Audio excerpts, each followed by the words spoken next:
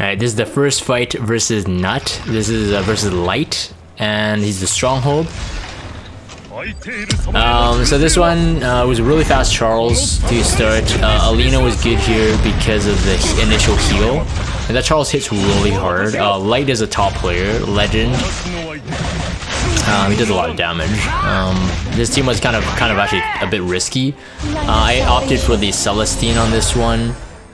Because I thought I could actually be a bit slower than the MLCC just to ensure I could break the skill null, but I didn't. And it was just like slightly off on the timeline there.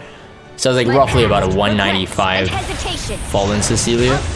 That Fallen Cecilia with the 21,000 damage with that kind of speed most likely had some damage stats. So it was kind of risky if I didn't have an Alina there, or at least a C-Armin. But I opted for Alina, like I said, on this one. And honestly, I got pretty lucky. You guys will see here. This ended up being a pretty close fight, just because they did a lot of damage combined, and because my Charles was not released before the Alina was, he had to go for him. That was lucky though. He did not strip. But I didn't do the S2 proc, otherwise I think he would have been dead on that turn. This one, I was a bit hesitant whether to do the S3 or not. I wanted to go for the attack down on the Charles. Are you doubting me? But yeah, because I didn't want an Elburst proc in my ML Ken and lose the attack buff. Really, I needed to save the ML Ken because the SSB wouldn't attack the Charles. The SSB at the most would attack Alina, and I wanted the SSB to be able to hit my ML Ken with my attack buff up. So it was a tough decision there, but I think I made the right call in retrospect because it worked out. The Alina's heal came in handy as well. She became the lowest HP, so she died. This one I got lucky again. If Charles had proc the S2 into my ML Ken or Charles, it would have been over because I would have lost too much attack. This one I got lucky to crit there, and then I killed him.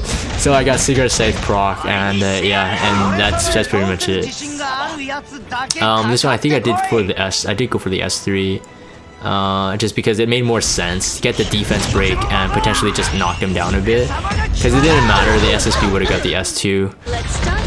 I did land both defense breaks here, and it didn't crit, but he was going for drink. My Charles at this point actually was rebuilt. The only reason was because I put the Charles on the defense, so I gave him an HP boot. 17,000 HP Charles, pretty tanky, and actually hits pretty hard too. So it was perfect for this fight because I needed a slow Charles.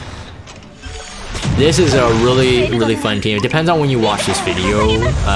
If you would have probably seen me run this team a lot, or at least SC Ras with Akates, or Raz with a Ravi rather, and a healer. It's a very I think effective team that I'm beginning to enjoy more and more, especially in top Guild War fights. There's a lot of scenarios where I see myself just running this, especially if you need burst damage and not just sustain them and debuff them to death, i.e. with Crow and Dizzy. Yeah, so Lency was actually pretty well built as well. But yeah, my Raz had a very high HP pool. He has a decent defense, but mainly my Robbie was on a Draco Blade on this, Aureus on Raz, and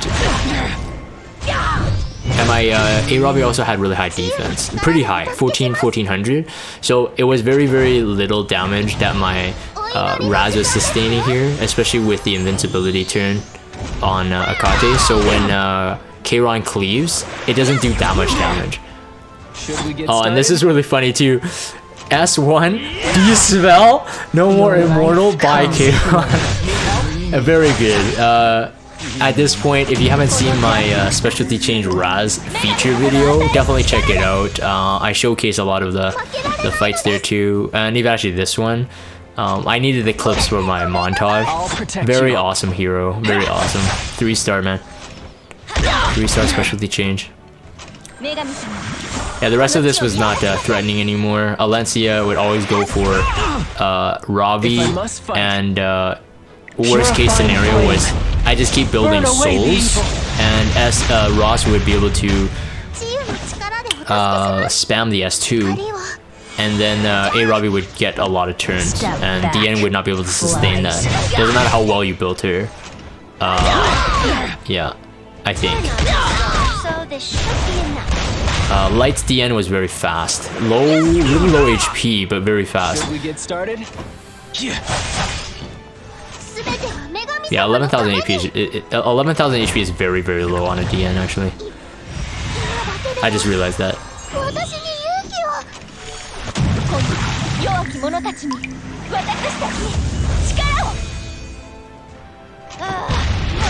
Yeah, and then technically Rod Heal would be a diminishing return on herself as well because of her low HP.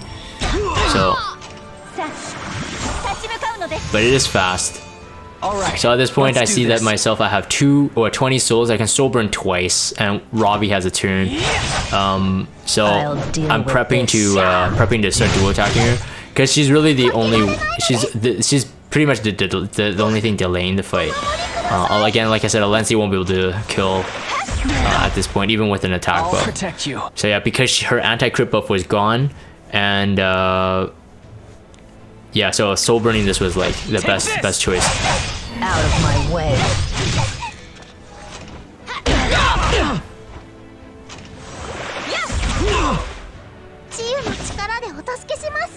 Very safe team again. Raz with I'll punish. oh yeah, I didn't crit. That was funny. I was doing this in Iggy voice chat too, and I'm just like LOL, no crit. It's I think she's at okay, in this fight she had I put her usual boot onto my Charles for the tanky Charles, and therefore my A Robbie hero is at an 85% crit rate.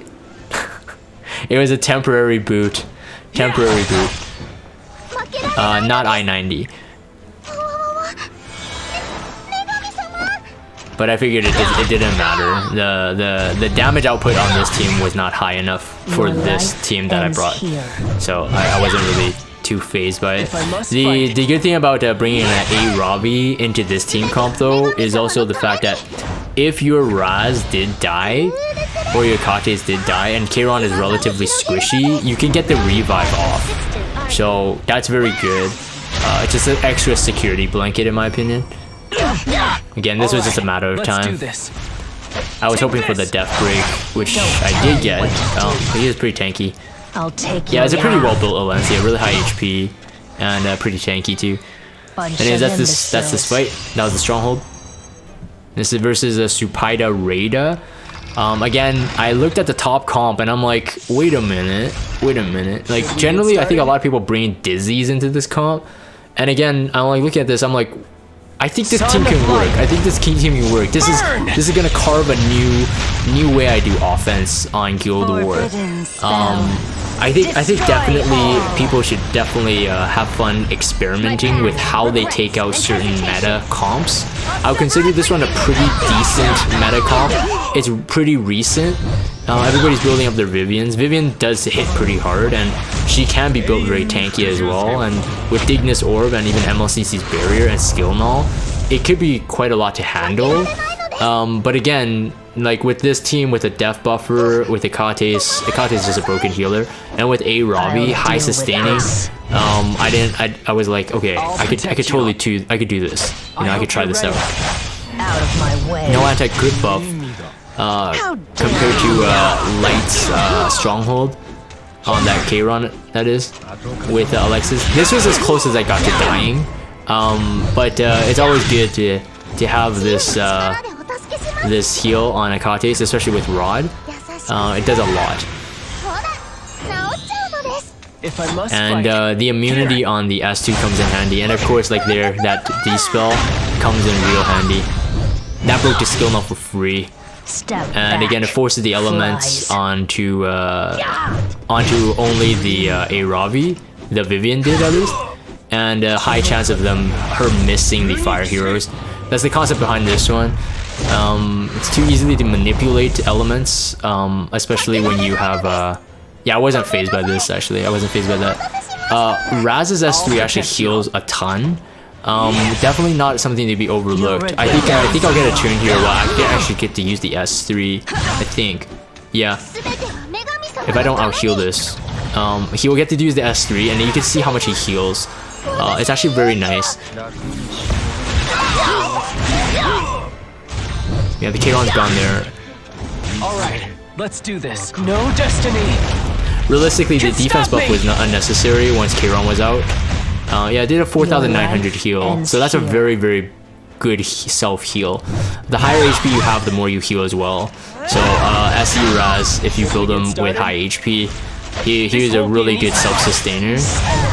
And especially the heal comes with the death buff too. And again, that S2 immunity buff coming in handy. Very, very, very good hero. High priority build in my opinion. High priority build, high priority investment.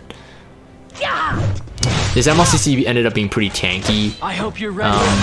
Don't tell me what That's death break too. Every time I use Adventurer Ras, I get pretty excited.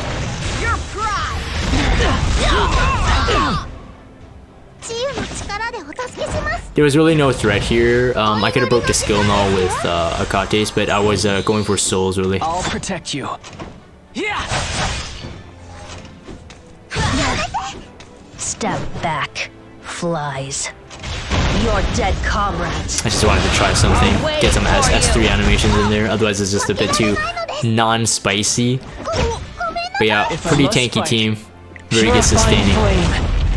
Adventurer Ras's turn cooldown cycle is very good, and yes, he has his own self CR boost, so he gets his turns pretty quick. Take this.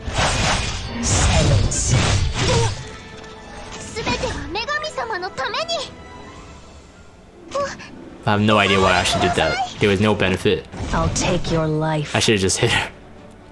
Anyways, that's pretty much it for this one.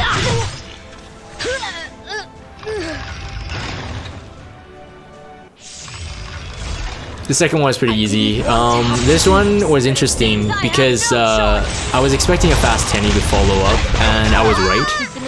And I think this player definitely thought that, okay, people are gonna bring this comp that I'm bringing exactly into it. So they're like, okay, Spec Tenny will stun the CRman, so no invincibility. But because Spec Tenny AI has to do the S3 before she becomes really threatening, it gives my SSB a lot more benefit to just kill her off before she even gets the turn. Especially ML Ken's cleave comes as well.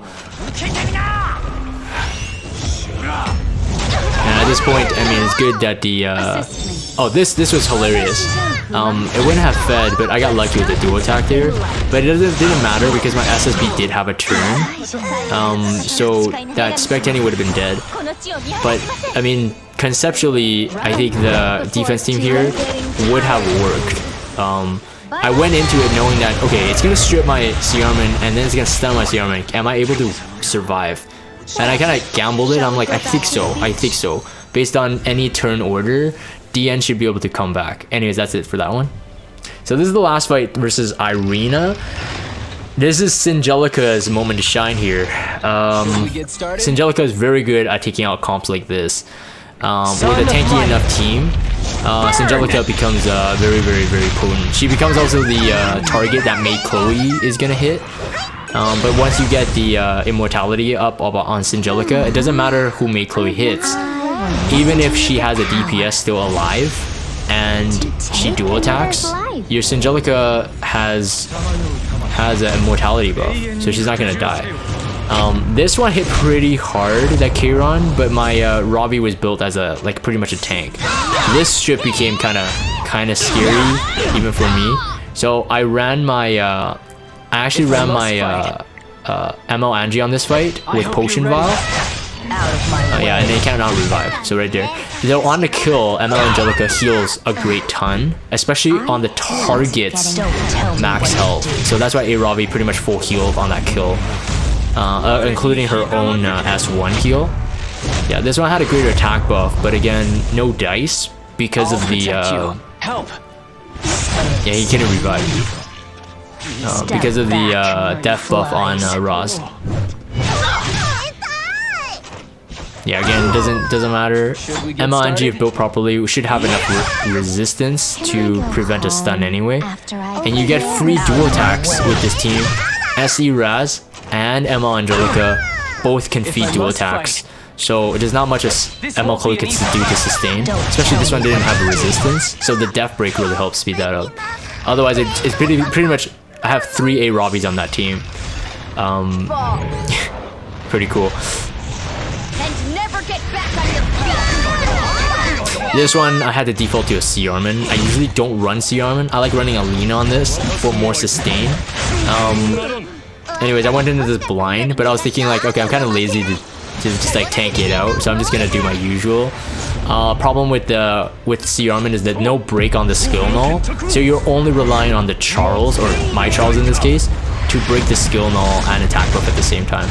Luckily though, I got a better option here because I was able to strip this Charles and also open up his skill null, which gave me the floor with Yufine in terms of like who I wanted to attack. At this point though, because the SSB had an attack buff up, my priority had to shift. Even though yes, it's blue versus green, the Rengar specialty drink is too much to deal with, especially over time. So at this point, I was hesitating. Again, I was on the VC call with the Iggy guys. I was just texting them, just chatting, and I'm like, I'm 50-50 on this one. And then most of them were like, they probably take out the SSB, and I was leaning on it too. Charles didn't have an attack buff. The only problem leaving Charles alive and not the SSB is that afterwards, SSB would only do a single target and would only hit C Armin. This is the great dilemma.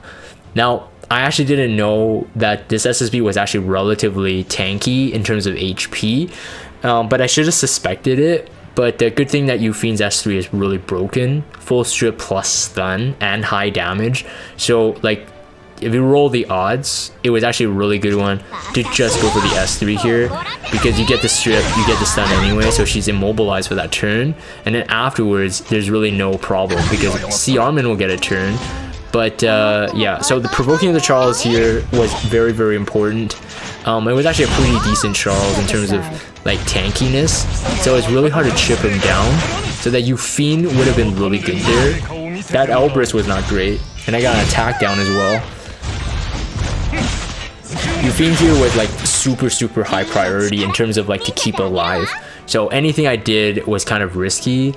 The only thing was that the Charles was still pretty fast, so like I think it was on a counter set, I don't remember, but we'll probably see a counter proc if it was. But the kill on the SSB was like vital, very vital. I survived that just with an inch of my life. But good thing that the C Armin does have a provoke, and I got lucky on the proc, so that kept that Charles at bay and got me some free damage here.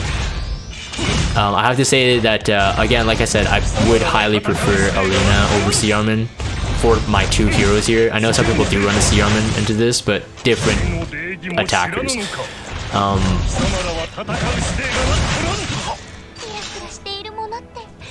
Yeah, I had to kill him off. He was the highest priority. It was pretty tanky. It was a pretty tanky Charles. I think I ended up surviving even without my C Armin dying, which is good, because it stacked all of my attackers here at this very last.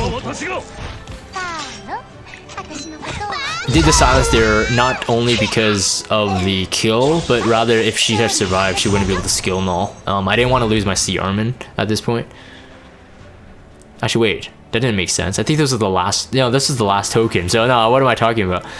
But I don't like losing heroes anyway, though. So anyways, that's it for this one. This has been Iggy versus Nut. So if you guys have Discord, check out the Discord server. Follow me on Twitter. Subscribe to YouTube if you haven't. As always, thank you guys for watching, and I'll see you guys next time.